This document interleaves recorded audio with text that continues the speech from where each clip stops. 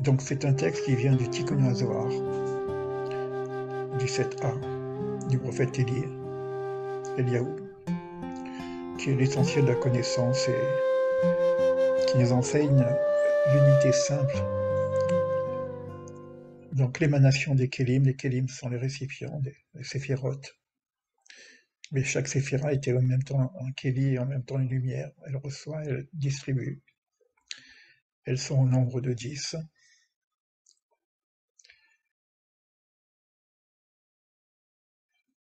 Et c'était un enseignement qui est aussi partagé dans le Zohar par Rabbi Shimon Bar Yochai et ses disciples, en rapport avec l'arbre de vie qui était dans le jardin d'Éden.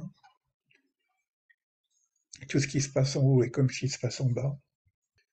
Et l'intention que j'ai dans ces cours que je vais faire non-stop pour l'influx de guérison et de réparation, tikkun, pour l'âme universelle, qui puisse se déverser sur ceux qui nous sont proches,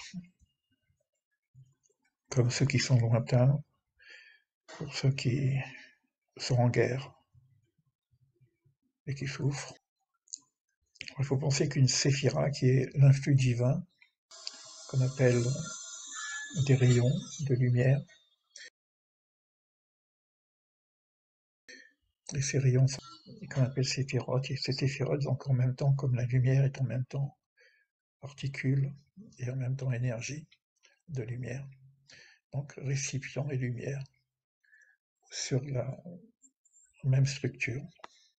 Et il faut que les récipients soient bien construits pour que la réception se fasse correctement, mais surtout en même temps qu'elle redistribue la lumière qu'elle reçoit. Là, je vais lire le texte, vous avez la traduction de l'autre côté.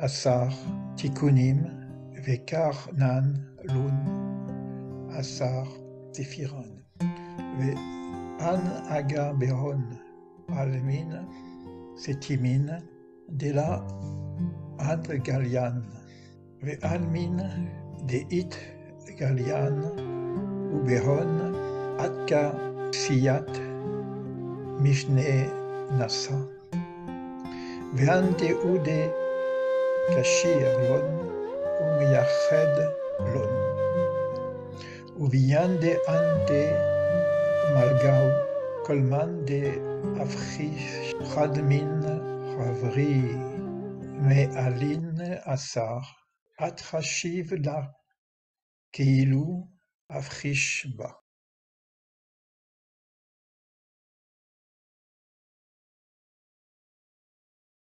On va voir l'explication un petit peu de l'arbre de vie des séphirotes, qui commence évidemment par l'unité, qui va se réfracter en 10 lumières, du fait que l'unité elle-même est au-dessus de toute connaissance.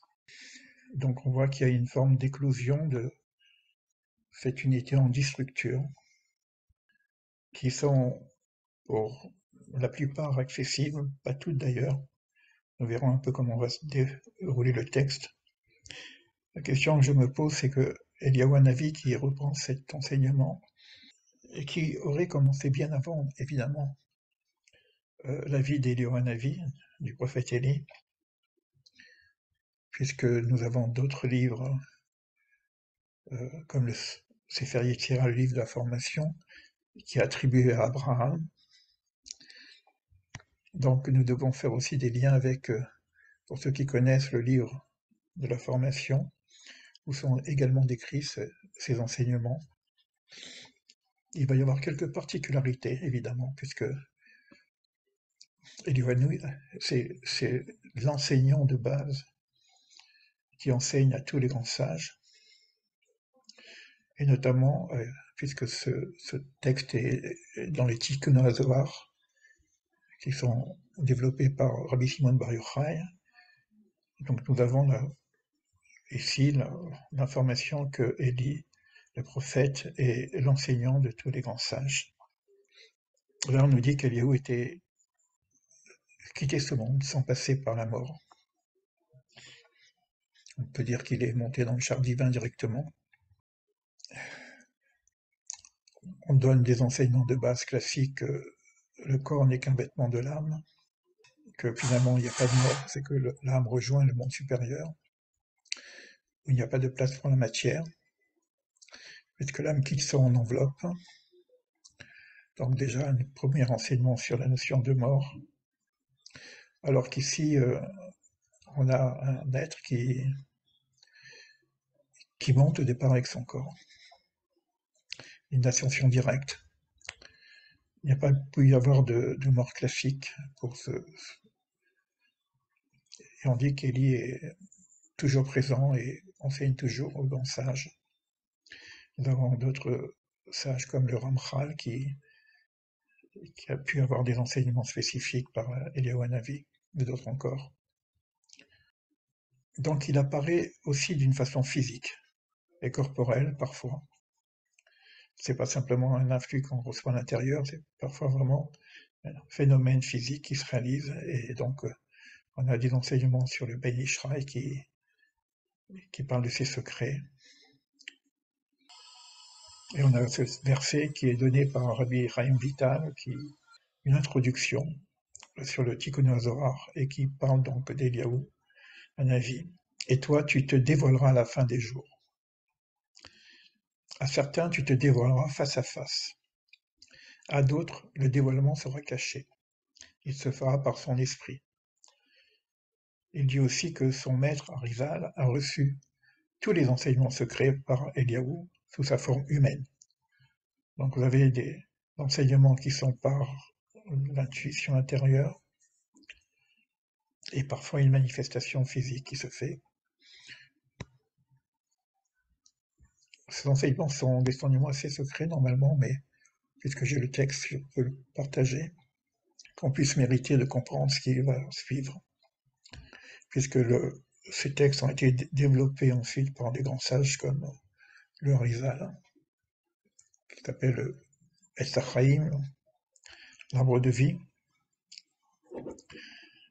Et Harizal est aujourd'hui incontestable, puisque quelles que soient les tendances religieuses dans le clan d'Israël, dans la communauté d'Israël, personne ne réfute l'enseignement du Harizal.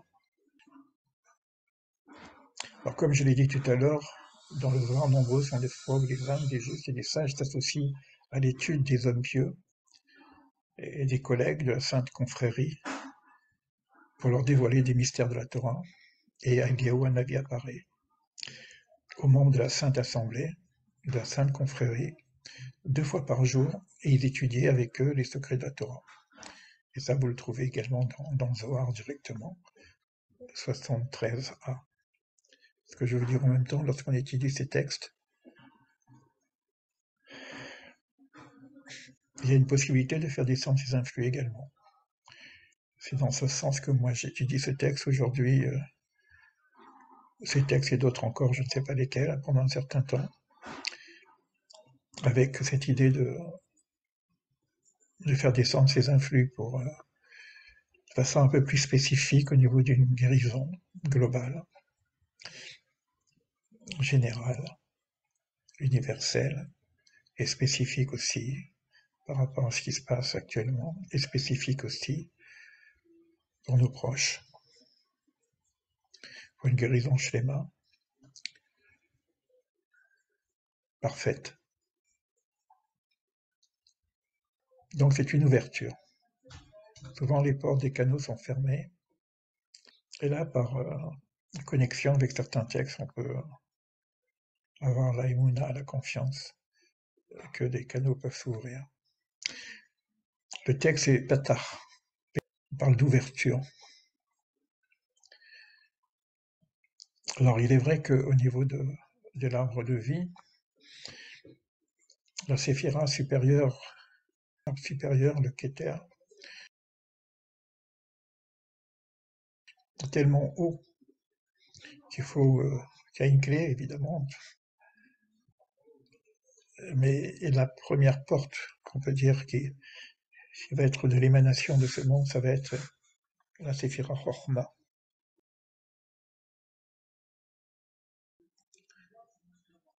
Dans toutes les voyelles,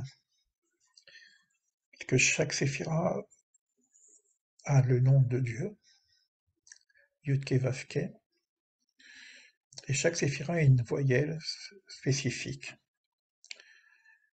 Et nous savons que la voyelle spécifique de la Séphira Chochma, vous voyez pour ceux qui voient le texte, Yud et Vav et, vous avez une voyelle particulière, on ne peut pas prononcer ce nom, mais c'est avec les voyelles qui sont en dessous des consonnes qu'on appelle patar.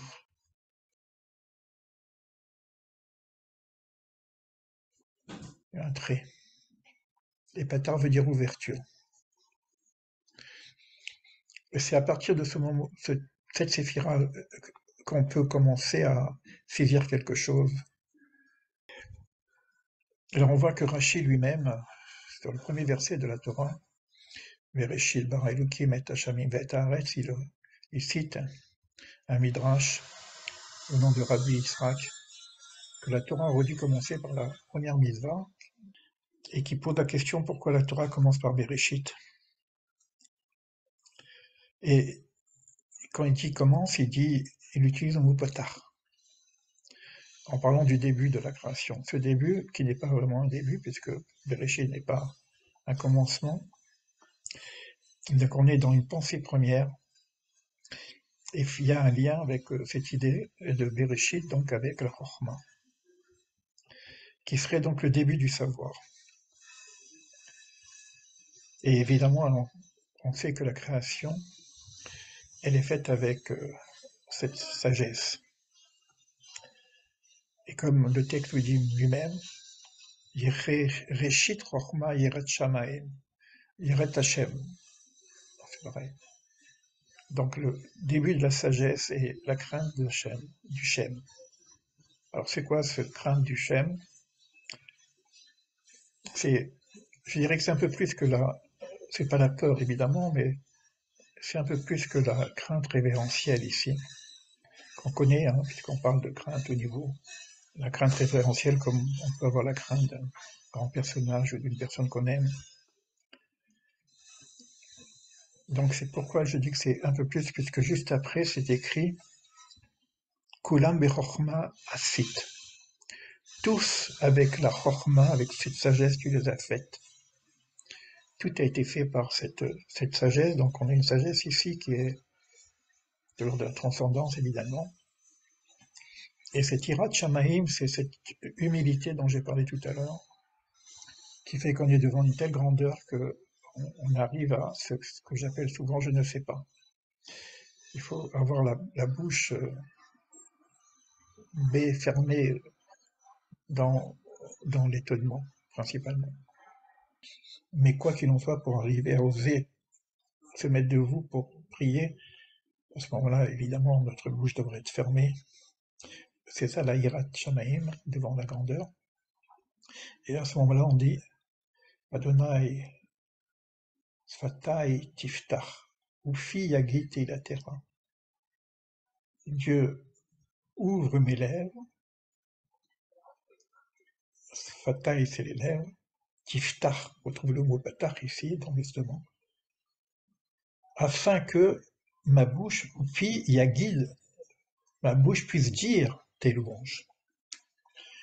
Et ces termes qu'on peut dire aussi lorsqu'on étudie et lorsqu'on enseigne. Je pourrais même le dire à Hashem Shpatai Tiftach, Ufi Yagit Ilatera. J'en parlerai peut-être tout à l'heure. Mais Eliyahu Hanavi met la marque sur la bouche. C'est-à-dire que le monde de l'action, c'est aussi basé sur la parole. C'est pour ça qu'on a besoin que ce soit Hachem qui ouvre notre bouche. Mais là, comme c'est en rapport avec les émanations divines, et qu'il y a donc reçu une bouche, une parole divine, qui serait éventuellement à l'intérieur de nous-mêmes et réexprimée par les prophètes, par leur propre bouche, et quand le prophète parle, c'est la bouche de Dieu qui parle. Et là, il y a une forme de demande. C'est pour ça que ces sages ont besoin d'avoir une forme d'attitude prophétique quelque part, pour pouvoir oser dire des choses. Et on demande évidemment, ouvre ta bouche. Donc c'est que carrément qu'Hachem ouvre sa bouche, mais il va ouvrir sa bouche à travers notre bouche également, afin que les paroles rayonnent. Donc l'ouverture, c'est le début du rayonnement, pétard. Et c'est en relation évidemment avec la connaissance, qu'on verra plus tard avec les autres séphirotes. Le Rama, qui est Rabbi Chaim Cordovero, il précise justement que dans l'étude, justement, à partir du moment où on touche ces secrets, les portes du secret des cieux peuvent s'ouvrir. Et donc il peut y avoir des dévoilements qui peuvent se faire dans certains niveaux d'études. Et là, comme on est dans une étude un peu spécifique par rapport à l'influx de guérison, et que, bon, j'ai lu par intuition peut-être que finalement, puisque le monde est malade, et qu'il y a un rapport entre le bas et le haut, que l'âme du monde est malade. Et ce que nous vivons depuis un certain temps, peut-être même depuis la création, je ne sais rien, que notre intention est aussi de faire un tikkun au l'âme, pas simplement au niveau au l'âme dans le sens du monde, mais un tikkun sur l'âme du monde. Comme s'il y a quelque chose qui ne fonctionne pas en haut, du fait du non-fonctionnement en bas. Et cette idée de guérison de l'âme du monde, qui est un influx qui va être ensuite réparti dans le monde physique en bas, dans le corps, et donc dans tous les êtres et les proches. Beaucoup de malades qui sont dans les mains de la chaîne, à travers les mains des chirurgiens. Et nous, on n'a qu'une prière ou une étude, une parole, pour faire en sorte que le maître du monde puisse ouvrir sa bouche et affiner les mains de tous les chirurgiens qui sont là pour sauver les corps. Quand on parle du maître du monde, évidemment, on ne sait pas trop à quel niveau ça se passe. Alors, on sait que, en termes de révélation, ça se fait avec ce que nous allons étudier, le nom divin, Yod-Keh-Vav-Keh, qui va être représenté dans l'arbre de vie. Mais l'émanation première, elle vient de justement cette partie au-dessus même de la Chorma, qu'on appelle En Sof Baruch Hu. Donc vous voyez que le Baruch Hu, Ein Sof Baruch Hu, c'est le sans fin, béni soit-il. Baruch Hu, c'est lui qui est la source de bénédiction. Donc il faut toujours penser qu'au-delà de tout ce qu'on étudie, au-delà des noms qu'on prononce, il y a une source supérieure. Évidemment, chaque récipient va être une source pour le récipient inférieur. Chaque nom est une source pour un nom inférieur. Donc c'est de réception en émanation que l'émanateur est une source pour celui qui va recevoir, mais sachant que l'émanateur, quel qu'il soit, si à partir du moment où on donne un nom, c'est aussi un récipient, c'est-à-dire un keli. Et donc il y a une source supérieure. Jusqu'à cette source supérieure des supérieurs, et encore, quand on dit Ein Sof, c'est sans fin, quoi. On a déjà étudié ces choses-là d'ailleurs. Donc ce maître du monde va s'habiller dans les 10 séphirotes, qui sont des émanations des mondes supérieurs. Et au-dessus, là, il n'y a plus de nom. Puisque chaque nom est une porte, une définition, une fonction, une émanation spécifique. Alors que, au départ, c'est pour ça que j'ai parlé que lorsqu'on travaille sur cette intention de faire descendre la réfoua, Shlema, dans le monde, dans l'âme du monde,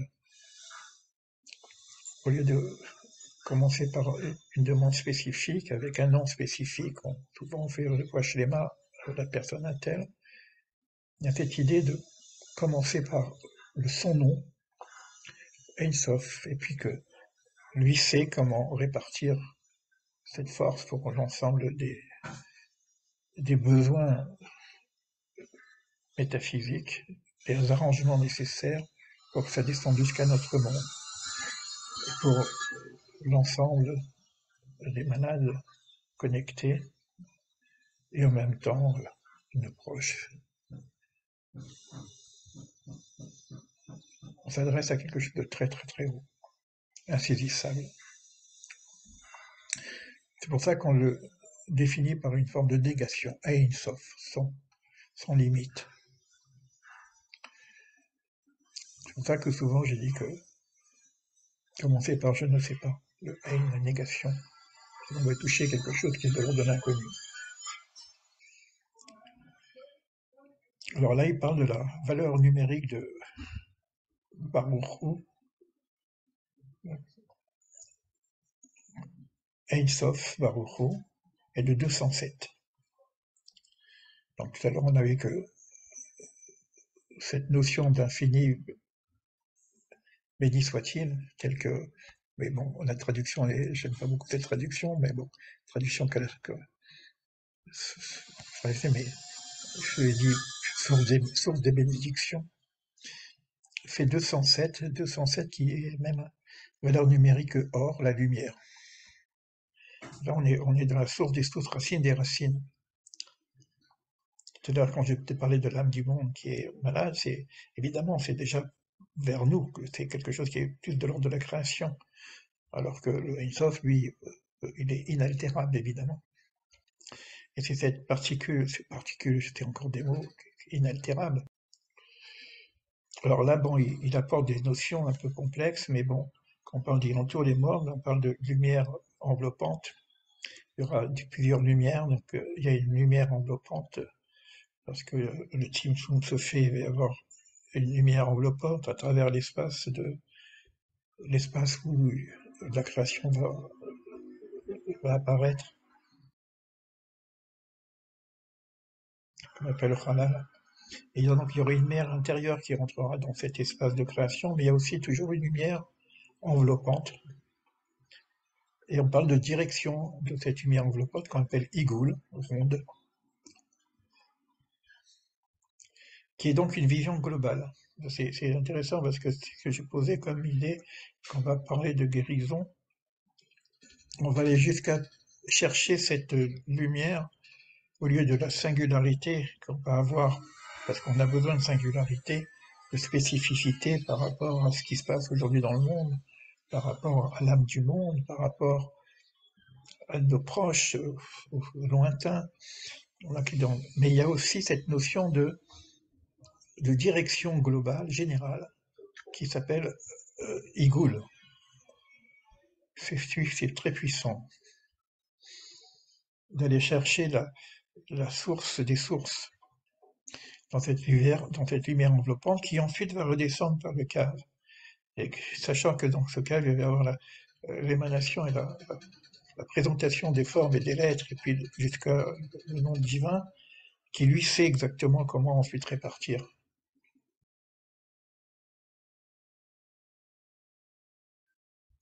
Ce qui est intéressant dans ce qui est dit ici, que c'est au niveau de que l'âme aussi, il y a plusieurs niveaux d'âme, hein. Nefesh, Ruach, Neshama, après Chaya, Yerida. Et le Nefesh est lié au corps et se situe au niveau du foie. Évidemment, je suis dans une maison qu'on appelle la maison des familles. Et il y a évidemment un rapport très puissant avec ce que je viens de lire. Donc ça puisse descendre jusqu'à ce Nefesh qui est au niveau du foie. Donc on a une possibilité de tikkun, de changement de ce qui se passe actuellement dans le monde ou ce qui se passe aujourd'hui à l'instant même, dans des réparations singulières d'une effet chez et 8 fois. C'est pour ça que j'ai dit que lorsqu'on veut parler de refoua shlema, quand on donne un nom, par exemple, chose que j'ai pas voulu expliquer, mais j'explique maintenant, on va rentrer dans une singularité, c'est-à-dire d'une forme aussi de jugement, puisque je rentre dans la singularité, à quel niveau je suis, moi, au niveau de la réception ou de la guérison ou de l'émanation, qui nous sommes-nous, alors que si on s'adresse à quelque chose au-dessus des astres, au-dessus du mazal, au-dessus du jugement, à ce moment-là, on s'adresse directement à la source première des premières, c'est-à-dire au son nom, qui va ensuite descendre. On peut aussi, c'est des choses qu'on a appris, que lorsqu'on ne sait pas, Moïse lui-même, lorsqu'il a voulu sauver le peuple d'Israël de la tourmente, de ce qui se passait, bon, il peut demander tout ce qu'il veut jusqu'au moment où il demande le mérite d'Abraham, Isaac et Jacob, le mérite des patriarches, qui sont au-delà, justement, ils sont sortis de toute influence, de toute forme de jugement, etc. Il y a cette idée-là aussi qui est là. Le Midrash dit que Abraham est sorti, il a été pris, comme Eliyahu Hanavi d'ailleurs, hein, c'est pour ça qu'il faut faire un rapport avec tout ça. Il est sorti du lot. C'est pour ça qu'il est au-delà de la notion de nation. Et c'est pour ça que quand on parle de tikkun, on essaye parce que on a un grand problème, grand problème avec la notion d'exil, puisqu'on dit que quand ce qui se passe actuellement, ce qui se passe dans le monde, les maladies, c'est comme il y a une forme de réduction de ces forces-là.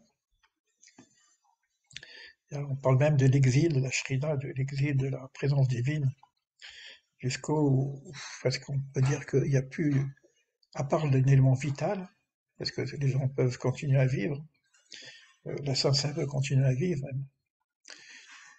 mais il n'y a plus de régulation de ces forces-là, d'où la nécessité de les faire revenir.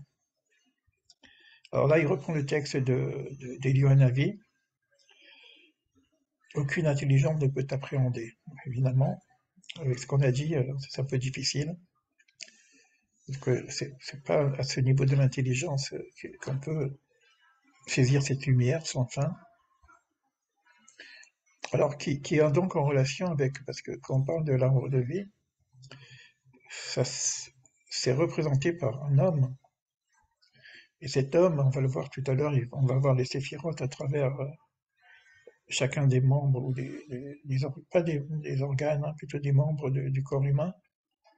Ça s'appelle Adam Kadmon, l'homme primordial, qui n'a rien à voir que nous, mais c'est l'émanation. Et c'est vrai que dans le corps humain, on va avoir la même structure. On a vu aussi qu'il y aura des éléments avec les organes et des mitzvot, etc. Et là, on pourrait commencer à saisir certaines choses à travers notre propre corps. Donc là, il reprend le texte d'Eliyahu Hanavi, c'est toi qui fais éclore les 10 séphirotes, 10 structures qu'on appelle séphirotes. Et c'est avec ça qu'on dirige le monde. Le mot tikkun, dont on a parlé plus un, qui est justement l'arrangement. Donc il y a plusieurs niveaux de tikkun. Il y a un tikkun qu'on appelle les réparations du monde par rapport à l'erreur que l'humain fait dans le monde. Donc nous, à ce niveau-là, on essaye de réparer les fautes que nous avons fait nous-mêmes. Et puis, bon, si on rentre dans l'aspect biblique, on peut parler des tikkunim, par exemple de la faute du veau d'or.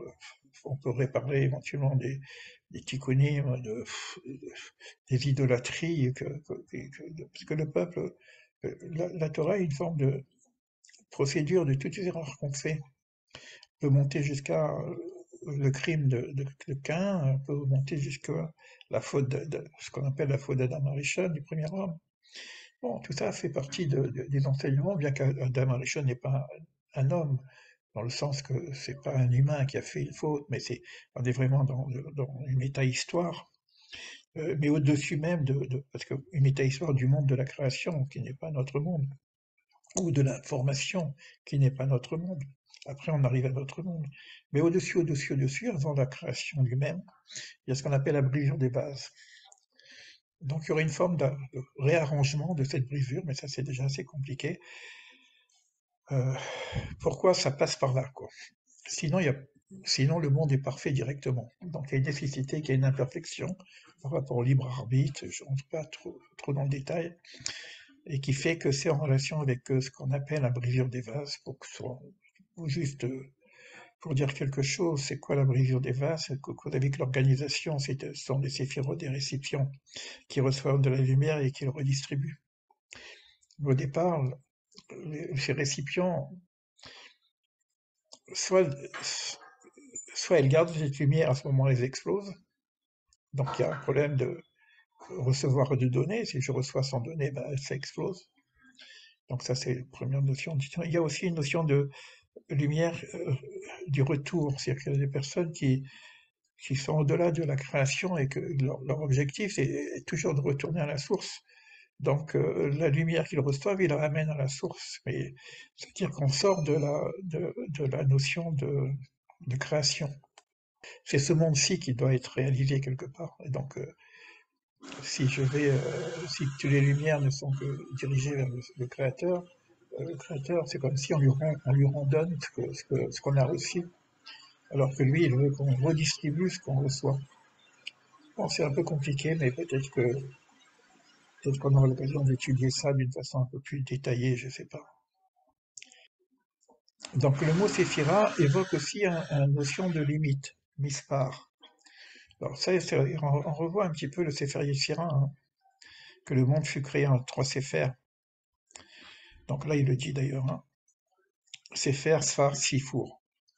Sefer, c'est les trois lettres qui veulent dire séphira, mais en même temps, livre, Sefer, mais en même temps, Sfar, nombre, mais en même temps, Sifour, l'histoire biblique. Donc, vous voyez qu'à travers l'histoire biblique, on parle aussi des nombres, on parle aussi du livre. Donc, c'est la connaissance du livre aussi. Il y a des spécialistes de la connaissance du livre premier. Donc, on parle de mesure, de taille, de lumière, de couleur. Donc, c'est une forme de réduction, de tzimtzum de la lumière infinie.